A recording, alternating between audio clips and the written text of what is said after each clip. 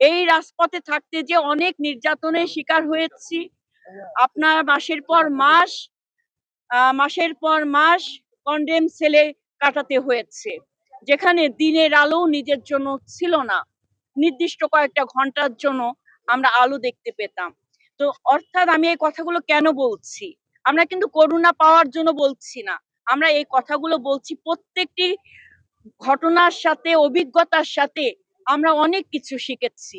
আমরা শিখেছি রাষ্ট্রযন্ত্র কিংবা রাষ্ট্র যদি কঠোর হয়, একজন মানুষ কতটা অসহায় হয়ে পড়ে সেটা আমরা দেখেছি। তাই সেই জায়গায় রাষ্ট্রকে কখন মানবিক হতে হবে। পদ্মা সেতু, মেট্রো রেল এবং এলিভেটেড এক্সপ্রেসওয়ে নির্মাণের গর্বিত অংশীদার বসুন্ধরা সিমেন্ট। সহনশীল হতে হবে, আন্তরিক হতে হবে, জবাবদিহিতামূলক হতে হবে।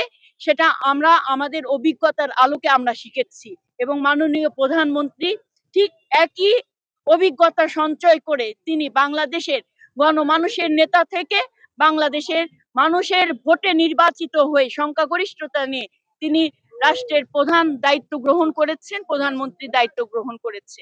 আমরা বিশ্বাস করি তার নেতৃত্বে বাংলাদেশ মানুষ আবার ন্যায় বিচার ফিরে পাবে, গণতন্ত্র ধারায় সাংবিধানিক ধারাকে অব্যাহত রেখে এই বাংলাদেশ উন্নয়নের সর্বোচ্চ শিখরে পৌঁছে যাবে।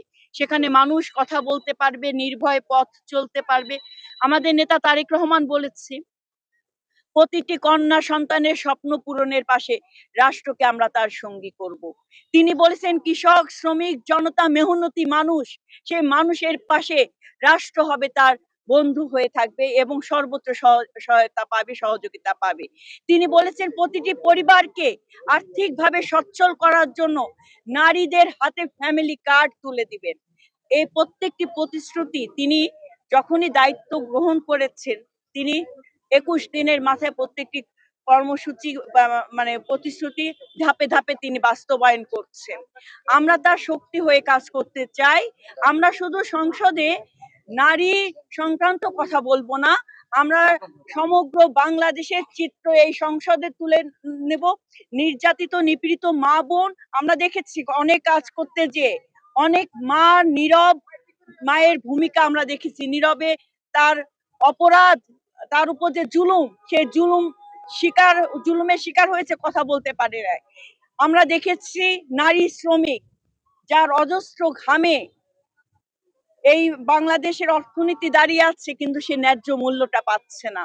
হ্যাঁ, আমরা দেখেছি শিশুদের নিরাপত্তার প্রশ্ন, আমরা দেখেছি যে সম্প্রদায়ের মানুষ, হিন্দু, বৌদ্ধ, খ্রিস্টান, যারা সংখ্যায় কম, তাদের উপর জুলুম, নির্যাতন এবং আর্তনাদের কথা আমরা তার কাছ থেকে আমরা শুনেছি।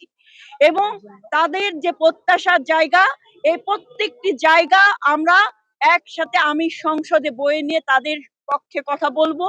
আমার কণ্ঠে যেন তাদের প্রতিধ্বনি, তাদের শব্দের ধ্বনি তারা শুনতে পায়, আমি সেইভাবে করেই কাজ করব। আমি আমার রাজনীতি কিংবা আমি আমার কর্মপন্থা এমন ভাবে তৈরি করব যাতে নতুন জেনারেশন, যারা রাজনীতিকে মনে করে কলহের জায়গা, বিদ্বেষের জায়গা, যারা মনে করে এখানে নীতির থেকে অনৈতিক কাজই বেশি, সেই চিত্রটা আমি পাল্টে দিতে চাই আমার কর্মের মাধ্যমে।